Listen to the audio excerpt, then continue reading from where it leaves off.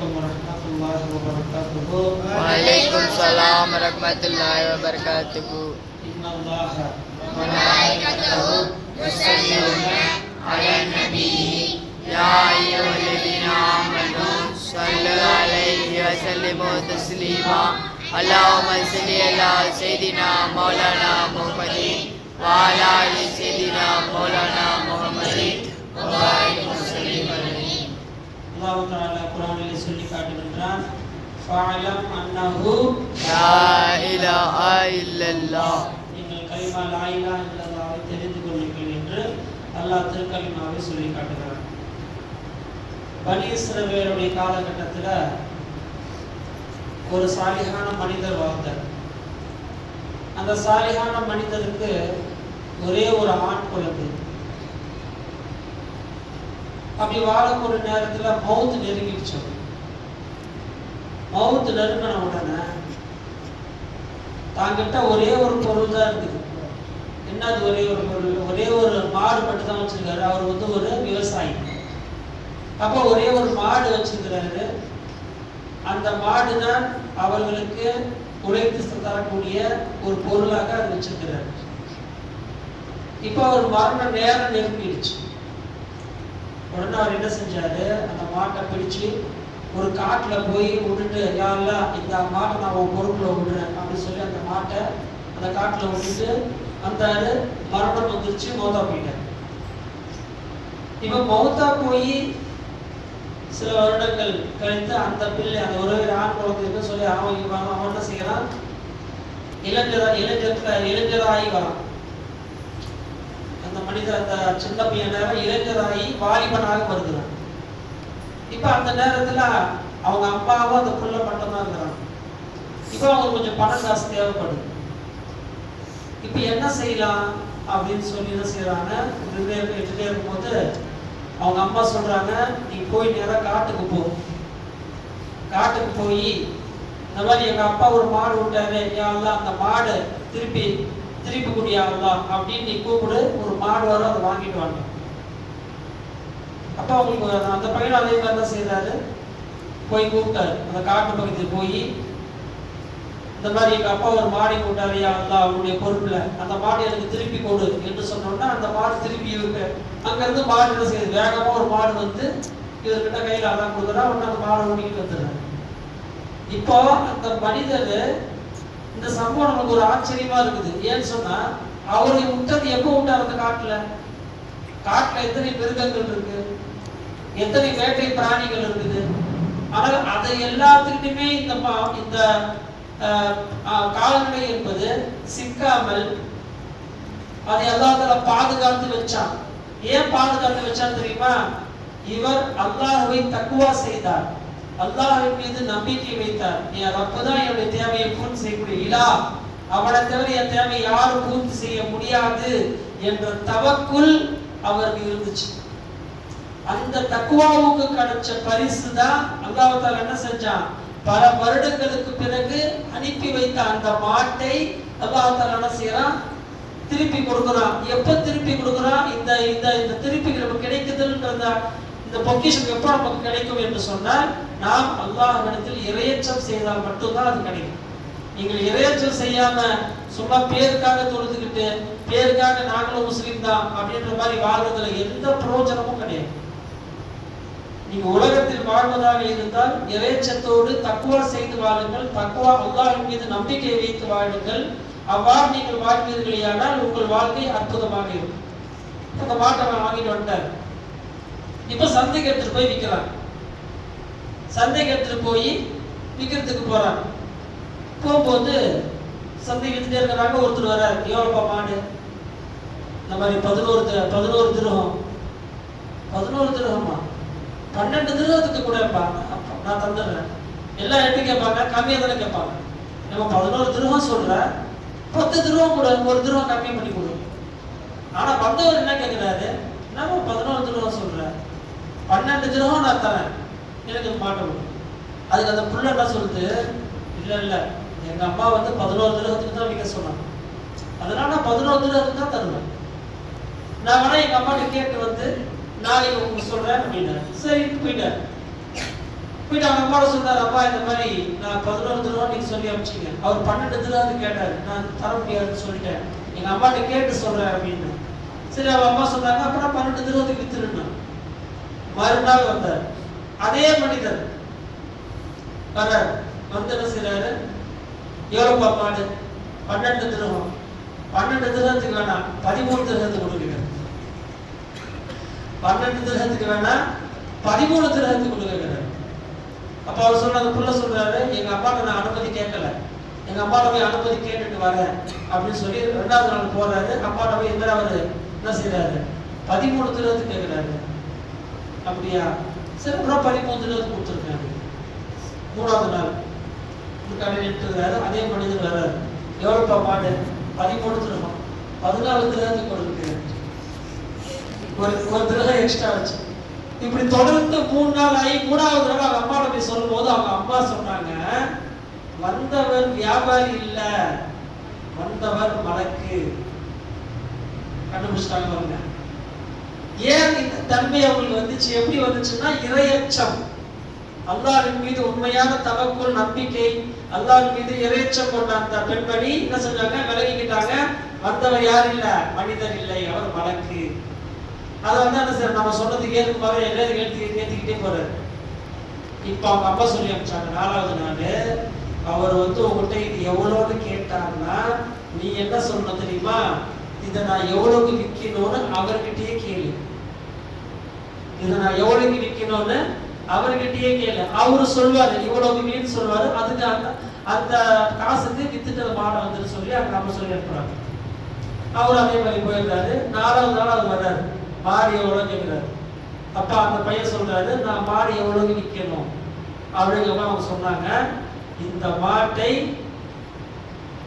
ஒரு மூட்டை தங்கத்துக்கு விற்க வேண்டும், ஒரு மூட்டை தங்கத்துக்கு விற்க வேண்டும் அப்படின்னு சொல்லிட்டு அவர் போயிட்டார். இப்ப இது ஒரு பாட்டு தனியா வைங்க, இன்னொரு பாட்டு சொல்றாங்க. அப்ப சொன்னா அந்த 2 பாட்டு ஜாயின் பண்ணாதான் இந்த சம்பவம் வழங்கும். மூசா நபி காலகட்டத்துல ஒரு மனிதர் பெரிய பணக்காரர் ஒருத்தர் வாழ்ந்தார். இது 2 நீ கவனமா கவனிச்சாலும் புரியும், சும்மா தலையாட்டினா புரியாது. அப்போ மூசா அலைஹிஸ்ஸலாம் காலகட்டத்துல ஒரு மனிதர் வாழ்ந்தார், பெரிய பணக்காரர். அவருக்கு அண்ணன் தம்பி கிடையாது, அவருக்கு தம்பி இருக்கிறாரு, அவருக்கு புள்ள கிடையாது. அப்ப இவருடைய தம்பி பசங்க இருக்கிறாங்க.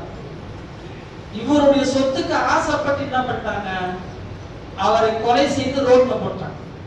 இவரு மரணிச்சானா அவருடைய சொத்து ஃபுல்லா நமக்கு வந்து கிடைக்கும், தம்பி பசங்களுக்கு கிடைக்கும். ஏன்னா அவருக்கு தான் புள்ள இல்லையே, அதனால அந்த சொத்து ஃபுல்லா நமக்கு வரும். இவர் எப்ப மௌத்தா போய் அந்த சொத்து நமக்கு எப்ப கிடைக்கும். அதனால அவர் என்ன பண்றாங்க, அந்த பசங்க அவரை கொலை செய்து ரோட்ல போட்டாங்க. போட்டது மட்டும் இல்லாம நம்ம ஒண்ணுமே தெரியாத மாதிரி, யாரும் தெரியல கொலை செஞ்ச மாதிரி போட்டாங்க சொல்லி நேரம் மூசா அலைஹிஸ்ஸலாம் கம்ப்ளைண்ட் பண்ணுவாங்க. அந்த 2 பேரும் அந்த தம்பி பசங்களே வந்து இந்த மாதிரி எங்க பெரியப்பாவை யாரோ கொலை பண்ணி ரோட்ல போட்டாங்க, யார் போட்டாங்க தெரியல அப்படின்னு சொல்லும் போது உடனே அல்லாஹ் மூசா அலைஹிஸ்ஸலாம் அல்லாஹ்ட்ட கேட்கறாங்க, யா அல்லாஹ் இந்த மாதிரி ரோட்ல கொலை பண்ணி போட்டாங்க, இப்ப என்ன செய்யுது, யார் கொலையாக தெரியலையே அப்படின்னு கேட்கும்போது அல்லாஹ் தஆலா சொன்னார், மூசா அலைஹிஸ்ஸலாம் அவர்களே நீங்க என்ன செய்யுங்க, ஒரு மாட்டை அறுத்து, அந்த மாட்டை அறுத்து அந்த மாட்டினுடைய ஒரு பகுதி, மாட்டுடைய காடு அல்லது வால் ஏதாச்சும் ஒரு பகுதி எடுத்து அந்த மையத்தின் மீது அப்படி அடிங்க. அடிச்ச உடனே அந்த மனிதர் உயிர் பெற்று எழுவார். அவரே சொல்வாரு அந்த என்னை யார் கொலை செய்தா அப்படின்றத அவரே சொல்வாரு அப்படின்னு அல்லாஹ் தஆலா சொல்றாங்க. உடனே மூசா அலைஹிஸ்ஸலாம் அறிவிப்பு செஞ்சாங்க, இந்த மாதிரி ஒரு மாட்டை வாங்குங்கள், அருங்கள். அல்லாஹ் தஆலா இப்படி சொல்லி இருக்கிறாங்க. அப்ப மக்கள் கேட்டாங்க மூசா அலைஹிஸ்ஸலாம்ட்ட, என்ன நீங்க கேலி செய்றீங்களா, நாங்க என்ன கேட்டுட்டு இருக்கிறோம், நீங்க என்ன சொல்லிட்டு இருக்கீங்க, மாட்டை வாங்க அருன்னு சொல்லிட்டு இருக்கீங்களே அப்படின்னு சொன்னோம்னா, அப்ப மூசா அலைஹிஸ்ஸலாம் சொன்னாங்க, உங்களை மாதிரி மடையர் கூட நான் இல்லைன்றாங்க. உங்களை மாதிரி மடையர் கூட்டத்திலிருந்து அல்லாஹ் நான் பாதுகாப்பு தேடுகிறேன் அப்படின்னு சொல்லி அந்த சப்ஜெக்டை முடிச்சுக்கிட்டாங்க. அதுக்கப்புறம் நம்ம திருப்பி வந்தாங்க, யார் மூசா அலைஹிஸ்ஸலாமே மன்னிச்சுக்கங்க, நாங்க மாடு வாங்கணும், மாடு வாங்கி அறுன்னு சொன்னா என்ன செய்வோம், ஒரு மாடு வாங்கி அறுத்து அதுக்கு வந்து அடுத்த வேலை என்ன பார்த்து போயிடுவோமா இல்லையா. இவனுக்கு என்ன செஞ்சாருங்க, அந்த மாடு எப்படிப்பட்ட மாடா இருக்கும், அந்த மாடு எப்படிப்பட்ட மாடுன்னு சொன்னா வயசான மாடா வயசு இல்லாத மாடா எப்படிப்பட்ட மாடுன்னு கேக்குறாங்க. அப்ப அல்லாஹ் சொன்னா அது வயசான மாடும் இல்ல, வலா பிக்ருன் அமானும் பைன தாலிக, அது வயசான மாடாவும் இருக்க கூடாது, ரொம்ப இளமையாவும் இருக்க கூடாது, ரெண்டுக்கு மத்தியில ஒரு மாடா இருக்கணும் அப்படி. சரின்னு சொல்லி அதோட நிறுத்திக்க வேண்டாம் தானே. ரெண்டாவது ஒரு கேள்வி கேட்டாங்க மூசா அலைஹிஸ்ஸலாம் அவர்களே, அந்த மாடு எப்படிப்பட்ட என்ன தொழில் செய்யக்கூடிய மாடு? மாடு பல விதம் இருக்குல்ல, சர்க்கிள் இருக்கிற மாடு இருக்கு, விவசாயம் செய்யற மாடு இருக்கு, என்ன அதே போன்று பல இடங்கள்ல வேலை செய்யக்கூடிய மாடுகள் இருக்கா இல்லையா? இப்படி இது மாடுகள் எப்படிப்பட்ட மாடு அவனு கேட்டான். அப்ப அல்லாஹ் தஆலா சொன்னா செக்கு இழுக்காத மாடு, விவசாயம் செய்யாத மாடு, அப்படி ஒரு நல்ல மாடை பார்த்து நீங்க செய்யுங்க. இப்ப ரெண்டாவது அல்லாஹ் சொல்லணும் என்ன செய்யணும்? அப்பயா சொல்ற பேச்சு கேட்கணுமா இல்லையா? அப்பயும் ஒண்ணு அந்த மாடு என்ன கலர்ல இருக்கணும், ரொம்ப அவசியமா இது. அந்த மாடு என்ன கலர்ல இருக்கணும்? ஒமா லவுஹா, அல்லாஹ் சொன்னா அந்த மாடு மஞ்சள் கலர் மாடா இருக்கும். அல்லாஹ் சொல்றான் எப்படி மஞ்சள் கலர் மாடா இருக்கணும். அந்த மாடை பார்க்கறவங்க ரொம்ப பரவசம் ஆயிடணும், அதை பார்த்தோன்னா ரொம்ப சந்தோஷம் ஆயிடும், இந்த அளவுக்கு ரொம்ப பரவசம். இப்ப அந்த மாதிரி ஒரு மாடை நீங்க போய் தேடுங்கன்றா. இப்ப இது மூணுமே இந்த கண்டிஷன் என்னது? வயசானதா இருக்கக்கூடாது, ரொம்ப இளையதா இருக்கக்கூடாது, நடுத்தரமா இருக்கணும், விவசாயம் செய்யக்கூடாது இருக்கக்கூடாது, செக்கு இருக்கிற மாடா இருக்கக்கூடாது, அது இல்லாம வேற புதுசா ஒரு மாடா இருக்கணும். அதே மாதிரி கலர் வித்தியாசம் இருக்கக்கூடிய அந்த மாடு மஞ்சள் கலர் மாடா இருக்க, மஞ்சள் கலர் மாடா தான் இருக்கணும், வேற கலர் இருக்கக்கூடாது. இப்போ என்ன செய்ய எக்கச்சக்கமான இதுல மாட்டீங்கன்னா எங்கேயோ தேடி பார்க்கலாம், எங்கேயுமே கிடைக்கல அந்த மாடு. லாஸ்டா ஒரு வார்த்தை சொன்னாங்க, இன்ஷா அல்லாஹ் மூத்ததும் அல்லாஹ் வழி காமிச்சாலே தானே அந்த மாடுகள் கிடைக்காது அப்படின்னு அவங்க அந்த இன்ஷா அல்லாஹ் வார்த்தையை பயன்படுத்துனதுனால அல்லாஹ் தஆலா இந்த மாட்டை காட்டுறான். எந்த மாடு? இப்ப அந்த பையன் சந்தையில வித்துச்சிருக்கிறாரு. இப்ப அந்த மாடு இவர் சொன்ன எல்லா குவாலிஃபிகேஷனும் அந்த மாட்டுக்கு மாறிடுது.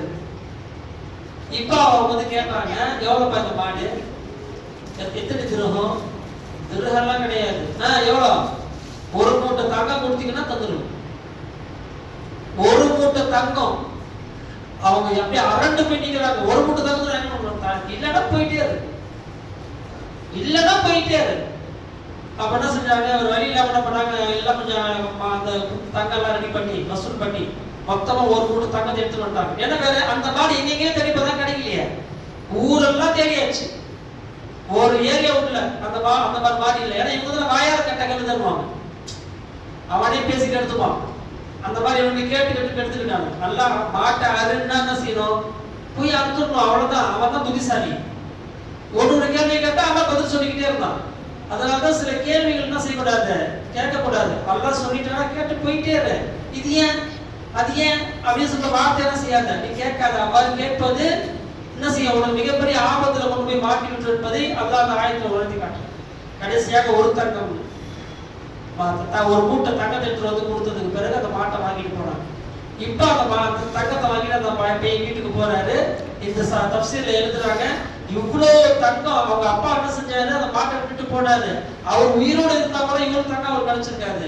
ஆனா அவர்கிட்ட அந்த ரெண்டு விஷயம், ஒண்ணு அவர் தக்குவா செஞ்சாரு, அல்லாஹ் மேல நம்பிக்கை வச்சாரு. அதனால அல்லாஹ் தஆலா இவ்வளவு உயர்ந்த தங்கத்தை கொடுத்தது மட்டுமல்லாம அவங்களுடைய மரணத்திற்கு பிறகு இவ்வளவு உயர்ந்த வாழ்வு கொடுத்துட்டா என்ன, அந்த பிள்ளையே அல்லாஹ் கிட்ட ஒப்படைச்சார். யாரா என் பிள்ளைய நான் விட்டுட்டு போறேன், அவன் சின்ன பிள்ளையா இருக்கிறாரு, என் மனைவி வீட்டு இருக்கிறாங்க, அவங்க நீ தான் பாத்துக்கணும் அப்படின்னு அல்லாஹ் ஒப்படைச்சாரு. அந்த மாட்டை விட்டாலே மாட்டே அல்லாஹ் கிட்ட ஒப்படைச்சாரு. இப்படி அல்லாஹ்விடத்தில் ஒப்படைக்குதல், இரண்டாவது தக்வா செய்தல். இந்த இரண்டு காரியம் செஞ்சாரு. அவருடைய வாழ்க்கையில எவ்வளவு பெரிய பணக்காசு அல்லாஹ் கொடுத்துட்டா பாத்தீங்களா? இதுதான் நம்ம வாழ்க்கையிலையும் நாம தக்வா செய்யணும். தக்வா செய்து ஒரு மனிதன் இந்த உலகத்தில் வாழ்வாரையானால் அற்புதமான வாழ்வு அவர்களுக்காக உண்டு. அந்த தக்வா எப்போது வரும்? ஒரு மனிதன் கலிமா லா இலாஹ இல்லல்லாஹ் என்று தெரியாமல் ஒரு மனிதன் தக்வா வராது என்பதை விளங்கிக் கொள்ள வேண்டும். அப்ப இந்த சகோதரத்தை அல்லாஹ் நம்ம சொல்லுகிற செய்தி ரெண்டு. ஒண்ணு, நாம் என்ன செய்யணும், நம்முடைய எல்லா காரியங்களையும் அல்லாஹ்விடத்தில் ஒப்படைக்க வேண்டும். இரண்டாவது, இந்த உலகத்தில் வாழும் பொழுது இறையச்சத்தோடு வாழக்கூடிய பாக்கியம், இறையச்சத்தோடு வாழ வேண்டும் என்பதைத்தான் இந்த இந்த சம்பவம் நமக்கு அற்புதமாக சொல்லி காட்டுகிறது. எல்லாம் வல்ல அல்லாஹ் தஆலா எவ்வாறு இந்த இரண்டு செய்திகள் நமக்கு அற்புதமாக அல்லாஹ் சொல்லி காட்டினானோ அந்த விஷயங்களை மனதிலே ஏற்று அதன்படி அமல் செய்யக்கூடிய பாக்கியத்தை அல்லாஹ் நம் அனைவருக்கும் நசீபாக்குவானாக. இந்த உலகத்தில் வாழும் காலமெல்லாம் திருக்கலிமா லா இலாஹ இல்லல்லாஹ் என்ற திருக்கலிமாவை சொல்லி அதன்படி வாழ்ந்து பணியக்கூடிய மக்களாக அல்லாஹ் நம் அனைவரையும் ஆக்கி அருள் புரிவானாக. ஆமீன். தவானா அல்ஹம்துலில்லாஹி ரப்பில் ஆலமீன். சுப்ஹானல்லாஹி வ பிஹம்திஹி சுப்ஹானல்லாஹி வ பிஹம்திஹி அஷ்ஹது அன் லா இலாஹா இல்லா அன்த அஸ்தக்ஃபிருக வ அத்தூபு இலைக். சுப்ஹான ரப்பிக ரப்பில் இஸ்ஸத்தி அம்மா யசிஃபூன் வ ஸலாமுன் அலல் முர்ஸலீன்.